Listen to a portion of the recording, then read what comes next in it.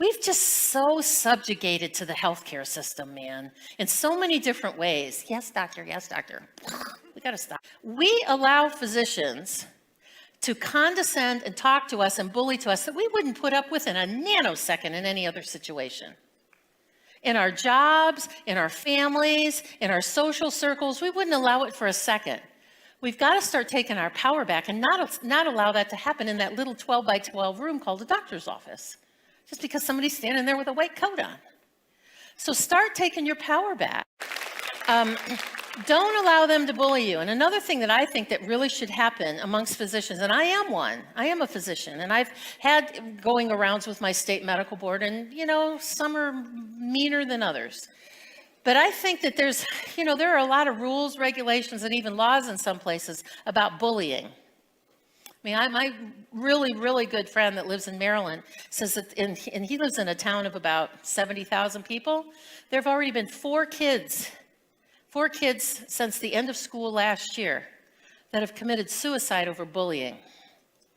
It's rampant in our society. The physician got a dozen phone calls like that from people in their offices. I think they'd get a call from the state medical board.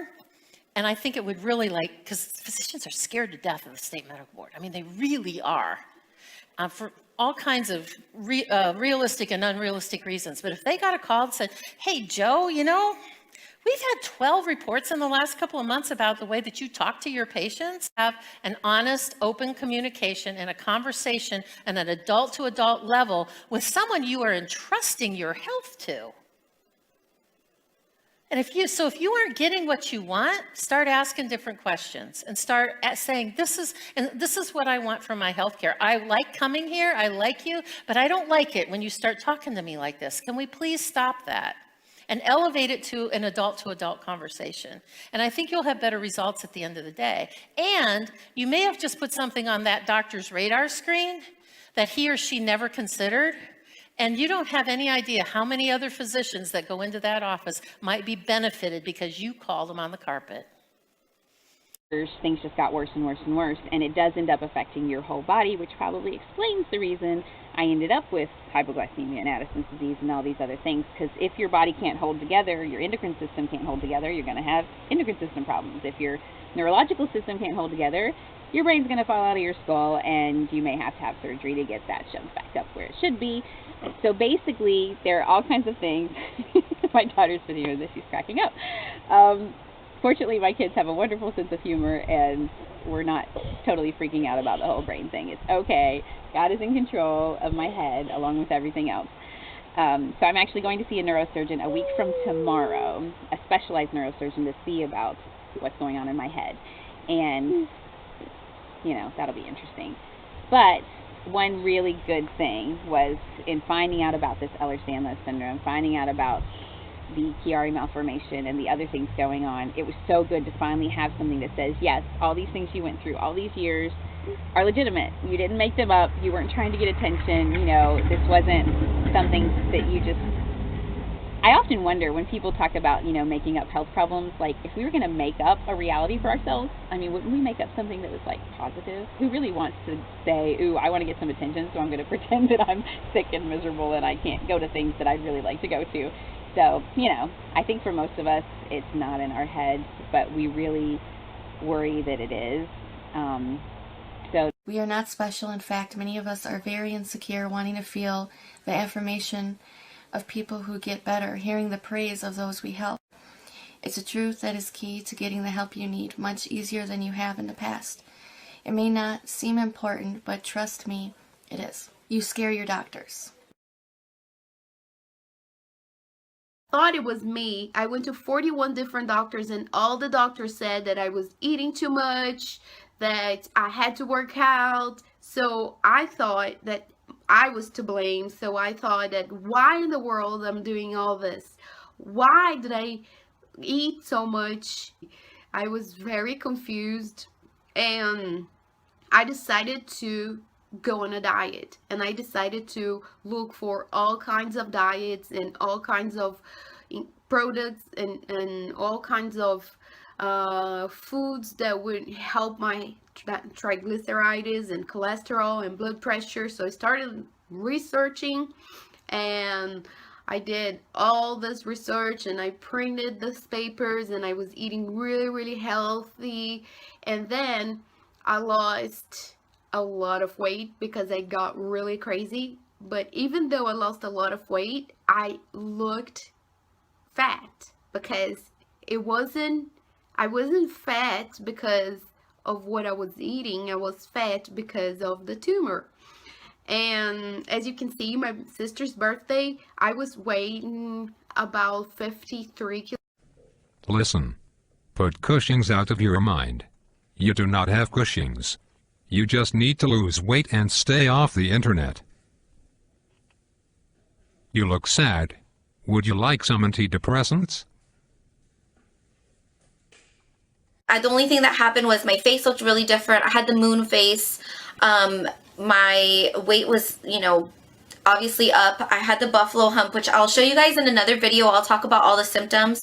And then I had my stretch marks. So that was pretty much it. So when I went to the doctor, they said that my thyroid was fine. I had a whole thing done on me, I guess, and my kidneys came back abnormal, but I never got an explanation on that. Then they sent me to an endocrinologist, which is a specialist, and she told me to go ahead and restrict my calorie intake to 1,200 calories. And like I said in my previous vlog, that's where I got super frustrated, and I was like, forget it, nobody wants to listen to me. I feel like I'm going nuts here. I'm just gaining weight out of nowhere. I've never looked like this. I've never had stretch marks on my body like this. I really felt like my body was just being destroyed, and it was just going against me, and nobody wanted to help me. So it turns out my mom had actually seen a special on TV about Cushing's disease, which is really weird because it's a rare disease and it's not something that you commonly hear about. I'm sure a lot of you guys watching this are probably I've never heard of it, because I hadn't. My mom was actually massaging my shoulders one day because I was like, can you massage my shoulders? They hurt. So I know I'm talking so fast, I apologize. But she was massaging my shoulders, and then she felt that hump on my neck, and she's like, oh my gosh. She's like, why do you have a big ball on your neck? And then my stepdad saw it, and they freaked out. And then my mom's like, this is exactly what I saw on that show. And so when I brought it up to my doctors, they were still kind of blowing me off. They still told me to restrict my calories. So I just got frustrated. I decided, you know what, I'm going to try everything I possibly can, and then I'll go back. So that was about 2 years that I had been dealing with the weight and with the doctors and nobody wanting to help me. So I did start a diet. Have you ever been gaslit before? And besides that, do you know what gaslighting is? Well, it's a form of psychological manipulation meant to make you second guess yourself, your perceptions, your thoughts, your reality. And it's often done by people who are wanting to either control, manipulate you, or avoid responsibility. Doctors see what they believe instead of believe what they see. So doctors see what they believe instead of believe what they see. Hey Z-Pack, it's your boy Z-Dog MD, Zubin Damania. Look, straight child abuse. Whose fault is it? Yours. You know what? I think public shaming should come back.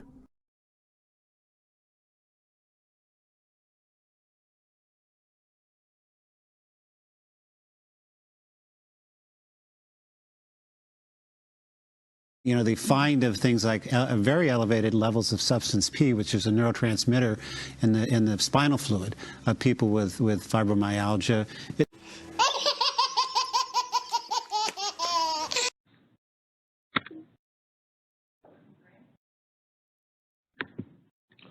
I think so. I'll show you the conventional statement, and you'll give an answer. I guess we didn't get any handouts, so we don't have to worry about looking at the handouts.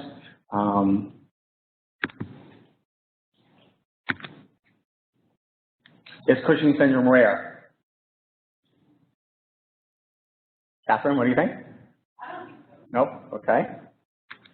Probably not. Several papers have been published, including an article in JCNM in 2003, looking at patients that had type 2 diabetes and no other stigma of Cushing, of hypercortisolism. 2% of the patients are found to have Cushing's, and other 7 were being evaluated.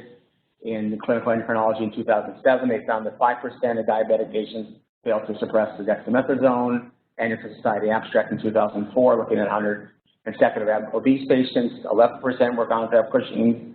In 2004, another paper showed that out of 1,020 patients with hypertension, 11 had Cushing syndrome, and 10 had subclinical Cushing syndrome, so about 2%. And I think these might have been actually low. They might have missed mild Cushing syndrome, maybe higher, so maybe Cushing syndrome is not so rare.